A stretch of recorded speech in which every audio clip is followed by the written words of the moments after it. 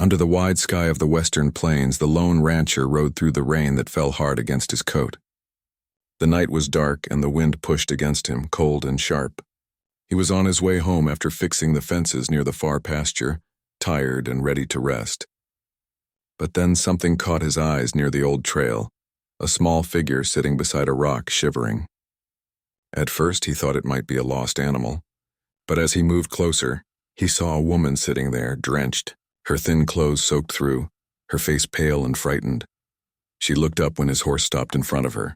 Her eyes were wide, confused, and tired. The rancher didn't know what to say for a moment. He had never seen a woman like her before.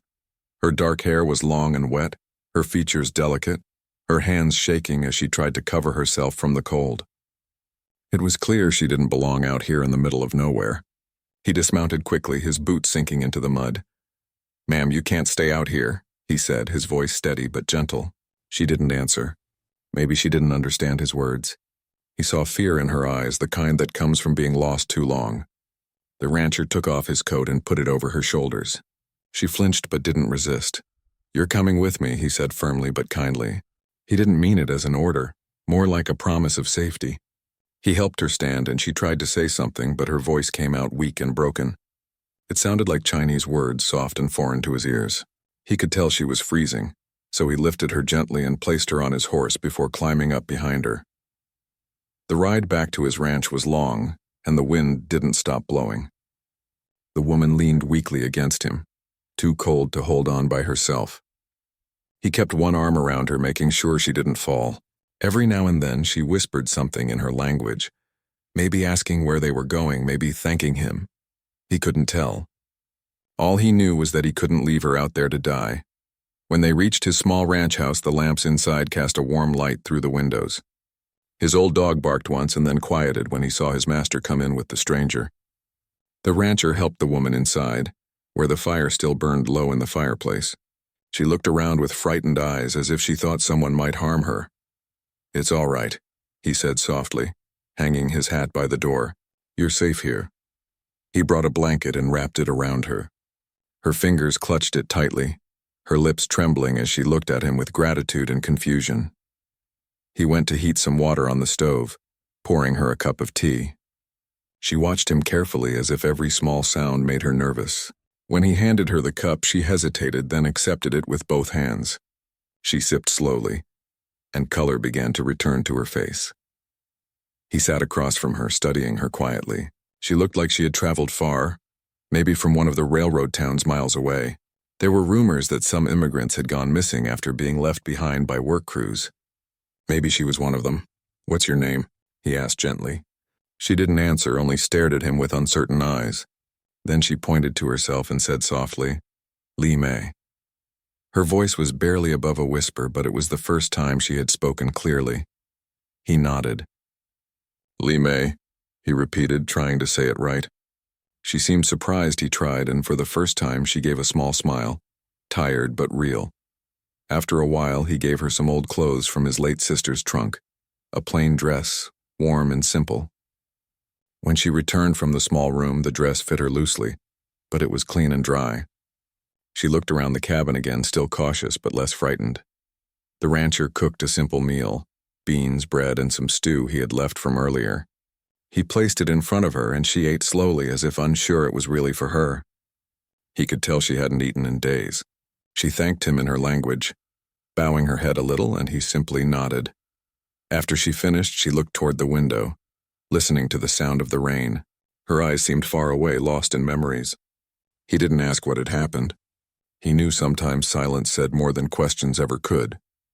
Later that night, when the fire had grown low, she seemed half asleep by the chair. The rancher brought another blanket and gently placed it around her shoulders. She opened her eyes briefly and whispered something. He didn't understand the words, but he could tell it meant thank you. He stepped outside for a while, standing under the porch. The rain was still falling, but lighter now.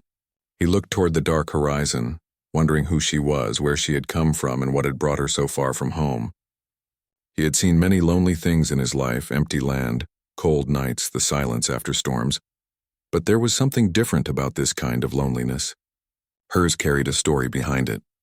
Inside, she finally drifted to sleep by the fire, Her breathing became calm and even. He watched for a moment, making sure she was warm and safe before turning down the lamp. When morning came, the storm had passed, and the sky was clear again. The sun came through the window, touching the wooden floor with golden light. Li Mei woke slowly, her eyes adjusting to the bright morning. The rancher was already outside, tending to the horses. She watched him through the window, wondering who this man was who had taken her in without question. When he came back in, she stood shyly near the table, her hands folded. He smiled a little.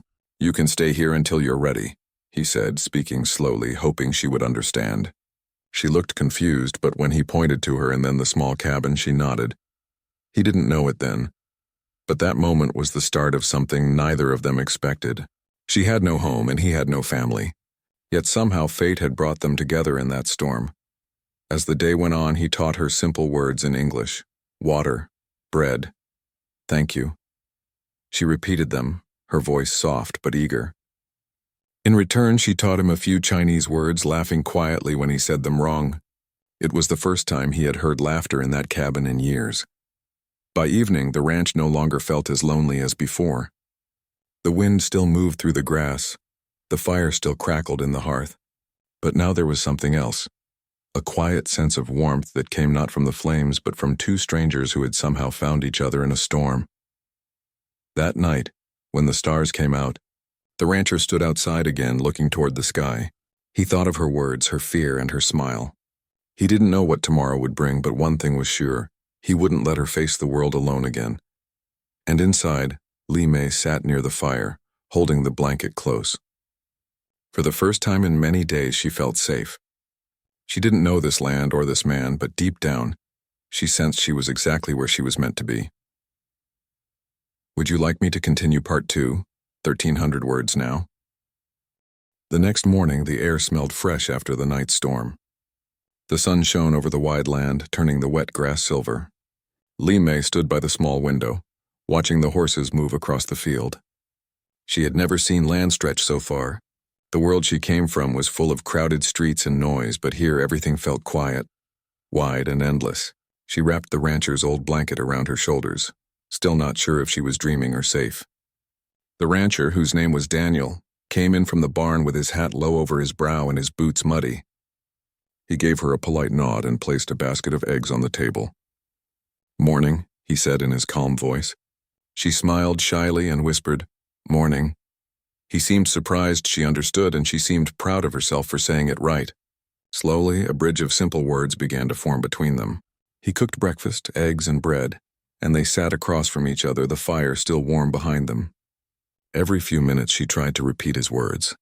"Egg," she said carefully. He nodded. "Good." She smiled again, that soft smile that reminded him she had courage hidden beneath her quietness. After they ate, he went out to repair a fence near the pasture. Li Mei followed him a few steps behind. He noticed her but didn't tell her to go back. She seemed to want to help. When he lifted the heavy wooden posts, she tried to hold them steady. She was small and her hands were gentle, but she worked with care. The wind tugged at her long hair, and the rancher found himself glancing at her now and then, wondering how someone so fragile had survived out here alone. As days passed, Li Mei learned more words. She learned to say water, horse, and thank you, and even work. She helped around the house, washing dishes, mending old clothes, sweeping the floor. She did everything quietly, always bowing her head in thanks when Daniel handed her something. He wasn't used to company. His days had always been the same: work, silence, and sleep. But now he found himself listening for the sound of her voice. Sometimes at night, when the wind howled outside, she would sit near the fire and hum a tune from her home. Daniel didn't know the words, but he could feel the sadness in her song. It reminded him of loss, the kind that leaves an empty space inside. He never asked what had happened to her. He only said once, "You're safe here. No one will hurt you." She nodded and whispered, "Safe," touching her chest as if to promise herself it was true. One evening, a rider came down the road, a man from the nearby town. Daniel went outside to meet him. The man told him about a small group of Chinese workers who had gone missing when the railroad line shifted north. Some were believed to have been attacked by bandits. Daniel realized that must have been where she came from. When he looked back at Li Mei standing in the doorway, clutching her blanket, he understood how much she must have suffered before that storm. When the man left, Daniel returned inside. Li Mei stood waiting, her eyes searching his face. He told her gently, "No more danger. You stay here." She seemed to understand part of it. She reached out, touching his sleeve lightly, and said, "Thank you, Daniel." It was the first time she spoke his name. He felt something stir deep in his chest, something warm and strange that had been buried for years. As spring turned to summer, the ranch began to look alive again. Flowers grew along the fence line, and the fields turned green. Li Mei tended to the small garden behind the house, planting beans and herbs. She sang softly while working, her voice carrying over the wind. Daniel would pause his work sometimes, listening without meaning to. The silence that once ruled his land had changed. It now held her presence, her laughter, and her quiet strength.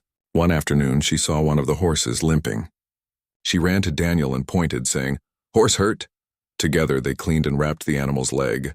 Daniel showed her how to calm it with gentle strokes, and she did it with such patience that he smiled.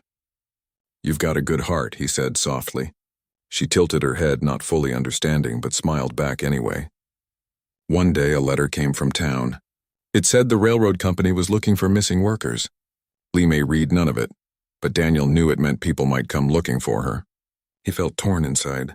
He wanted her to find her people if they were alive, but the thought of her leaving made his heart heavy. That night he couldn't sleep. He looked at her sleeping near the fire, her face calm, her hands folded under her cheek, and he realized how much she had come to mean to him. The next morning he asked carefully, "Li Mei, you go back?" He pointed toward the road. She looked at him for a long moment, then shook her head. "No back," she said softly. "Here. Home." The word home caught in his chest. He nodded, unable to speak. Life went on, quiet but full.